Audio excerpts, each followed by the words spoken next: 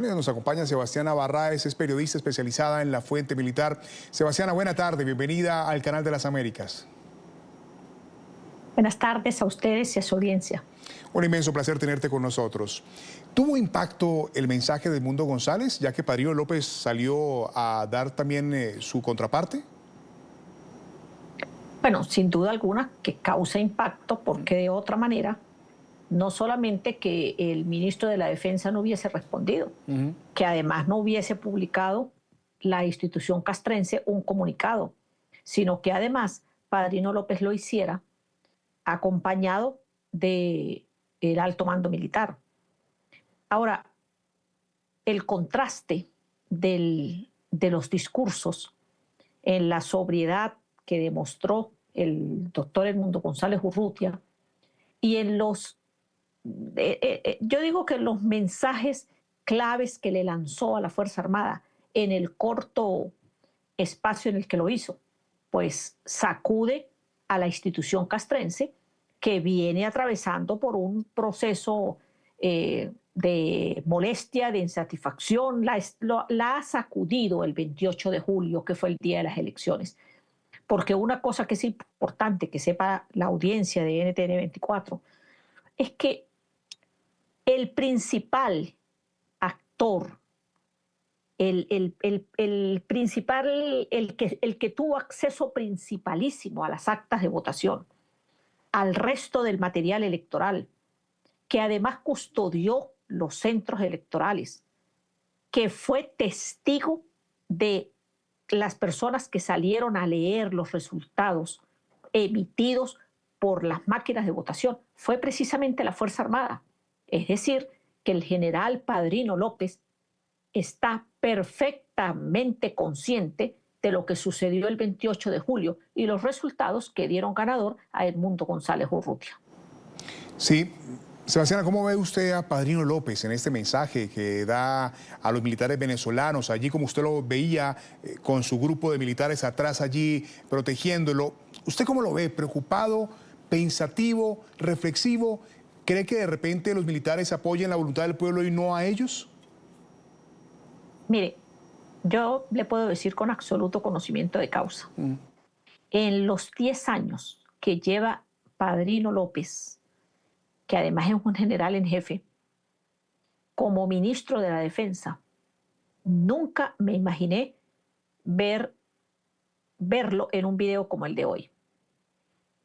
Entre otras cosas por el tono casi callejero de las expresiones, la manera como se refirió, que es algo que no precisamente digamos, lo identifica él. Además, la manera como leía el comunicado parecía que realmente fue algo que le colocaron ahí, lo leyó a última hora, o porque sencillamente ha estado o está sometido a tanta presión que se refería, incluso carraspeaba. Para nada, yo que he visto muchísimos mensajes de él, muchísimas alocuciones, muchísimos comentarios, muchísimas entrevistas, jamás pensé verlo en una situación tan lamentable como la de hoy leyendo ese comunicado. Sebastiana, hace un rato lo hablábamos con el presidente Pastrana, que también nos acompañó en la tarde, y es ¿dónde está Maduro? Porque sale en alocuciones a dar lectura de comunicados de prensa Padrino López, Diosdado Cabello, Jorge Rodríguez, pero Maduro nada. ¿También será que ya se empieza a sentir acorralado? Mire, la verdad es que ante eso debo hacer una acotación. Padrino López tenía ya rato que no salía. Sí. Creo que de no haber sido por el mensaje de Edmundo González Urrutia ayer, y como digo, los entrelíneas que dejó entrever el doctor González Urrutia, entre otras porque llamó abiertamente a que había que defender la Constitución. Y eso es algo que a la Fuerza Armada le pesa muchísimo, porque precisamente las armas de la República en Venezuela, según la Constitución, están en manos de la Fuerza Armada y están destinadas para defender el territorio y la soberanía y la voluntad popular. Entonces, eso es algo que le causa mucho ruido a la institución castrense. Entonces, claro, era tanta la presión que sin duda Padrino se vio obligado a tener que salir. Pero Nicolás Maduro ha hecho algunos, digamos que se ha hecho visible en algunos eventos, en círculos cerrados, ha colocado condecoraciones a algunos militares, pero el hecho de que Caracas esté militarizada, el hecho de que en cada esquina haya un funcionario militar, que hayan concentrado en Caracas gran parte de la Fuerza Armada, dejando casi al resto del país en manos de civiles armados, de colectivos. Por ejemplo, hay sitios donde hay un general rodeado de un montón de colectivos. Es decir, no hay soldados, no hay tropa. Trasladaron todo y lo concentraron en Caracas y en los alrededores de Caracas.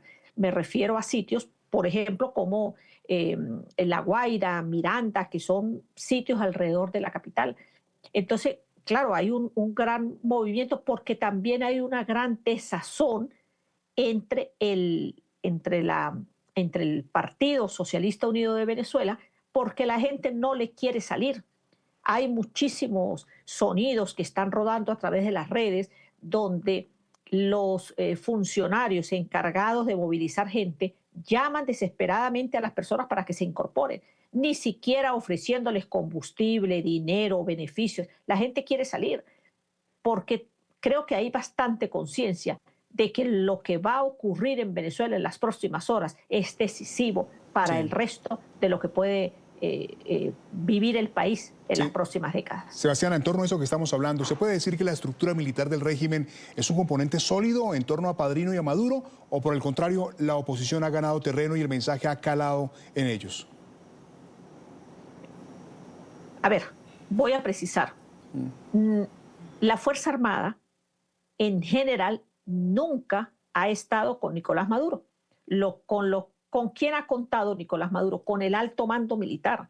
Por eso, y cuando me refiero al alto mando militar, también hablo de lo que en Venezuela se conoce el alto mando militar ampliado, es decir, lo que componen además los jefes de las regiones de defensa integral y los jefes de las zonas operativas de defensa integral. Por eso es que le cuesta tanto, además, cumplir el proceso de ascenso en la institución castrense por méritos.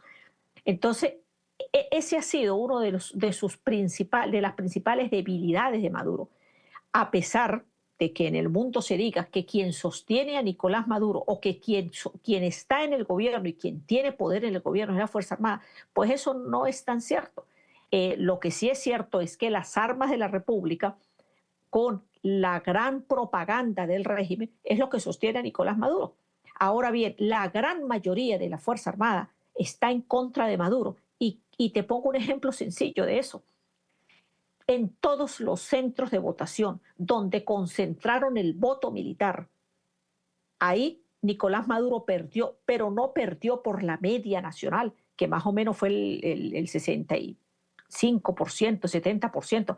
No, Maduro en los centros electorales donde votó, en las mesas donde votaban los militares, Maduro perdió por casi el 90%. ¿Qué mejor demostración de que la Fuerza Armada no quiere a Nicolás Maduro? Y ese es un problema para él en el poder porque sabe que la institución que tiene las armas está en contra de él, de su permanencia de él en el poder. Sí, muy claro eso. Sebastián, ¿qué sensaciones hay con la movilización del próximo 9 de enero? ¿Qué se siente en Caracas? ¿Qué se siente en el país?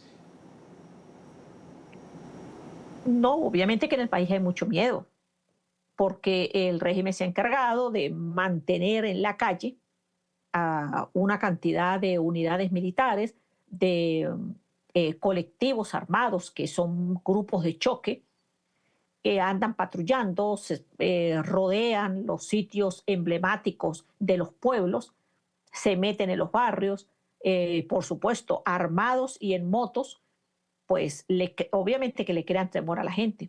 Pero hay una cosa que yo creo que está clarísima en el país y es que la revolución bolivariana no tiene cómo sostenerse en el poder porque pueden tener y tienen fusiles, tienen aviones, tienen tanques, tienen misiles, pero no tienen pueblo. no tienen tropa en la Fuerza Armada, tienen generales, pero no tienen tropa. Y eso hace insostenible no solamente la vida de la Fuerza Armada, el funcionamiento de la institución castrense, sino también la propia permanencia de la revolución bolivariana en el poder. Solo por la fuerza y por la violencia podrán mantenerse ahí. Me quedo con esa frase que usted acaba de decir, Sebastiana. Tienen generales, pero no tienen tropa. Es Sebastiana Barra, es periodista especializada en la fuente militar. Gracias por haber estado con nosotros en la tarde de NTN 24 en esta jornada de hoy.